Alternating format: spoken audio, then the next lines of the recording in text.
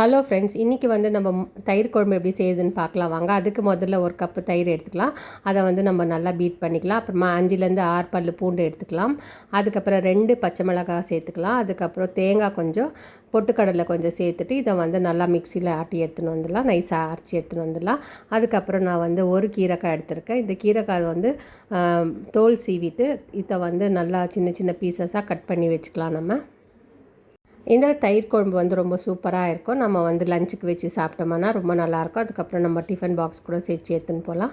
இப்போ பாருங்கள், நான் வந்து கீரைக்காய் வந்து இந்த மாதிரி கட் பண்ணி வச்சுருக்கேன். அதுக்கப்புறம் இப்போ வந்து பவுல் எண்ணெய் எடுத்துக்கலாம். அதில் வந்து நம்ம அரைச்சி வச்சுக்கிற மசாலா கூட சேர்த்துக்கலாம். அதுக்கப்புறம் நான் வந்து தயிரை வந்து பீட் பண்ணி வச்சுருக்கிறது சேர்த்துக்கலாம். அதுக்கப்புறம் கீரைக்காய் வந்து கட் பண்ணி வச்சுருக்கிறதோ சேர்த்துக்கலாம். அது கூட சேர்த்துட்டு இதை வந்து நல்லா மிக்ஸ் பண்ணிவிடுங்க. மிக்ஸ் பண்ணிவிட்டு கொஞ்சமாக தேவையான உப்பு சேர்த்துக்கலாம்.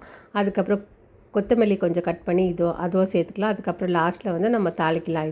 இது வந்து கொதிக்க வைக்கணும்னு அவசியம் இல்லை ஃப்ரெண்ட்ஸ். இப்படியே ரொம்ப டேஸ்ட்டாக இருக்கும். இப்போ பாருங்கள், நான் வந்து கொஞ்சம் பெருங்காயம் சேர்த்துறேன். இதை வந்து தாளித்து கடுகு கருவேப்பிலை எல்லாம் போட்டு தாளித்து இது வந்து மத்தியானம் லஞ்சுக்கு சாப்பாட்டுக்கு வச்சு சாப்பிட்டா அவ்வளோ ஒரு சூப்பராக இருக்கும். இது கூட ஊறுகாய் கூட வச்சுன்னு சாப்பிட்லாம் நம்ம. இந்த டிஷ்ஷை வந்து நீங்கள் ட்ரை பண்ணி பாருங்கள். இது வந்து மோர் குழம்பு இல்லை, இது வந்து தயிர் குழம்பு ஃப்ரெண்ட்ஸ். நீங்களும் இது மாதிரி செஞ்சு பாருங்கள். செஞ்சு பார்த்துட்டு எனக்கு கமெண்ட் பண்ணுங்கள் எப்படி வந்துச்சுன்னு. தேங்க்யூ, பாய்.